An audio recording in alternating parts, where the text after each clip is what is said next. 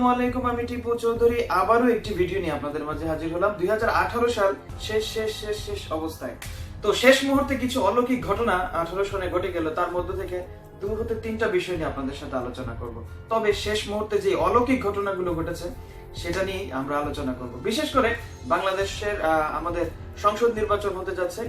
এই দল ও দল মারামারি কাটাকাটি কোপাকুপি চলছে। যাই হোক, এই বিষয় নিয়ে কথা বলতে চাচ্ছি না।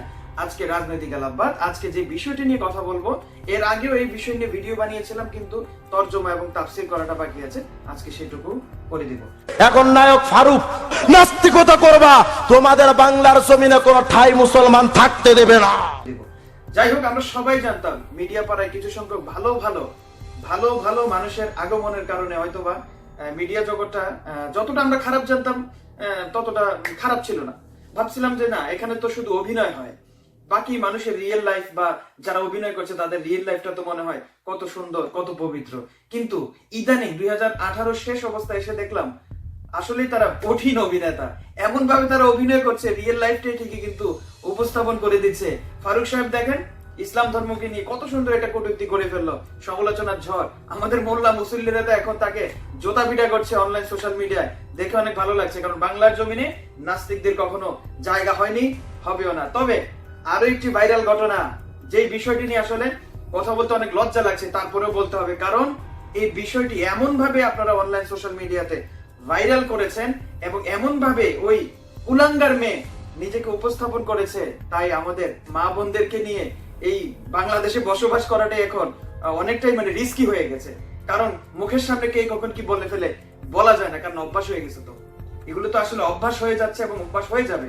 আপনারা সবাই জানেন, বাংলাদেশে যখন ইন্ডিয়ার একজন পতিতা যখন বাংলাদেশে ঢুকতে চেয়েছিল, আমরা সবাই আন্দোলনের মাধ্যমে ওই পতিতাকে বাংলাদেশে ঢুকতে দেইনি সানি লিওনকে বাংলাদেশে। কিন্তু আমরা জানতাম না বাংলার জমিনে এভাবে রেশমি আলম কখনো সেই।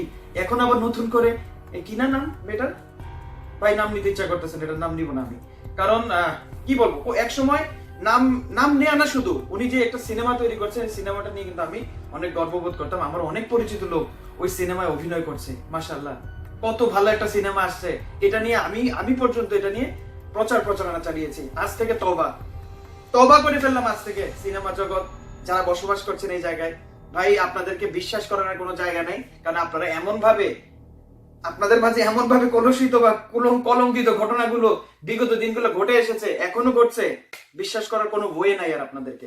আপনারা যেভাবে অনলাইন সোশ্যাল মিডিয়ায় এবং আপনাদের মিডিয়া জগৎ থেকে নিজেদেরকে উপস্থাপন করেছেন, ভেবেছিলাম সব অভিনয়, কিন্তু এখন ও মাই গড, নিজেদেরকে এভাবে উপস্থাপন করছেন আপনারা। বাংলার জমিনে যখন আলেম ওলামায়েরা স্টেজে ওঠে, বড় ওয়াজ মাহফিল করে, ওখানে আপনারা কিন্তু অনেক ভুল ত্রুটি ধরে ফেলেন। এটা বলছে কেন, ওইটা বলছে কেন, এই মুসল্লি এটা করছে, ওই মৌলবী এটা করছে। বাংলাদেশ নিশ্চুপ। যখন একটা মেয়ে ড্রেস নিয়ে কথা বলছে, আপনারা চুপ, এনজয় করছেন। ওয়াও, এনজয় করছেন আপনারা। কিন্তু যখন একটা মৌলবী যখন স্টেজে ওঠে, সামান্য একটু ভুল করে, তার ভুলটা খুঁজতে তাকে কোনোদিন স্টেজে ওঠার সুযোগই দেন না আপনারা। কিন্তু আজকে যখন সানি লিওনের মতো একটা বেয়াদব বাংলাদেশের তৈরি হয়ে গেছে, বাংলাদেশের জন্ম নিয়েছে এবং অনলাইন সোশ্যাল মিডিয়ায় এসে নিজেকে অশ্লীল ভাবে উপস্থাপন করছে, আপনারা সবাই নিশ্চুপ। আপনারা কেউই কথা বলছেন না। আমাদের আইন শৃঙ্খলা বাহিনী কোথায়? সামান্যটুকু ভুল ভ্রান্তি হলেও তো কি বলবো, সাইবার ক্রাইম মুখ দিয়ে মামলা টামলা দিয়ে অবস্থা খারাপ। কিন্তু এগুলো যে বাংলার জমিনে বসে বাংলাদেশের যুব সমাজকে ধ্বংস করার জন্য, বাংলাদেশের মা বোনদেরকে ধ্বংস করার জন্য যে পরিমাণে পায়তারা চালিয়ে যাচ্ছে, নাস্তিকতা করছে, তাদের বিরুদ্ধে কেন এখনো অ্যাকশন নেননি আপনারা? কেন এইগুলোর বিরুদ্ধে এখনো অ্যাকশন নেন? এখনো কিভাবে এই মেয়ে ঘরে বসে থাকতে পারে? আমার বোধগম্য হচ্ছে না। স্বাধীন দেশ, ওয়াও, স্বাধীন দেশ মানি আমরা, এটা স্বাধীন দেশ, কিন্তু এটা কোন স্বাধীনতা হতে পারে? 95% মুসলমানের দেশে এটা কিভাবে এটা স্বাধীনতা হতে পারে? আপনার কাছে প্রশ্ন ছেড়ে দিলাম, এটা কিভাবে স্বাধীনতা হতে পারে? আমাদের দেশ স্বাধীন হয়েছে উলঙ্গ হয়ে চলার জন্য নয়। তুমি উলঙ্গ হয়ে চলবা, তোমার ঘরে তুমি উলঙ্গ না, তুমি যাহা মনে চায় তাহা করো, কোনো ফ্যাক্ট না আমাদের। তুমি যখন ঘর থেকে বাড়াবে তখনই ফ্যাক্ট।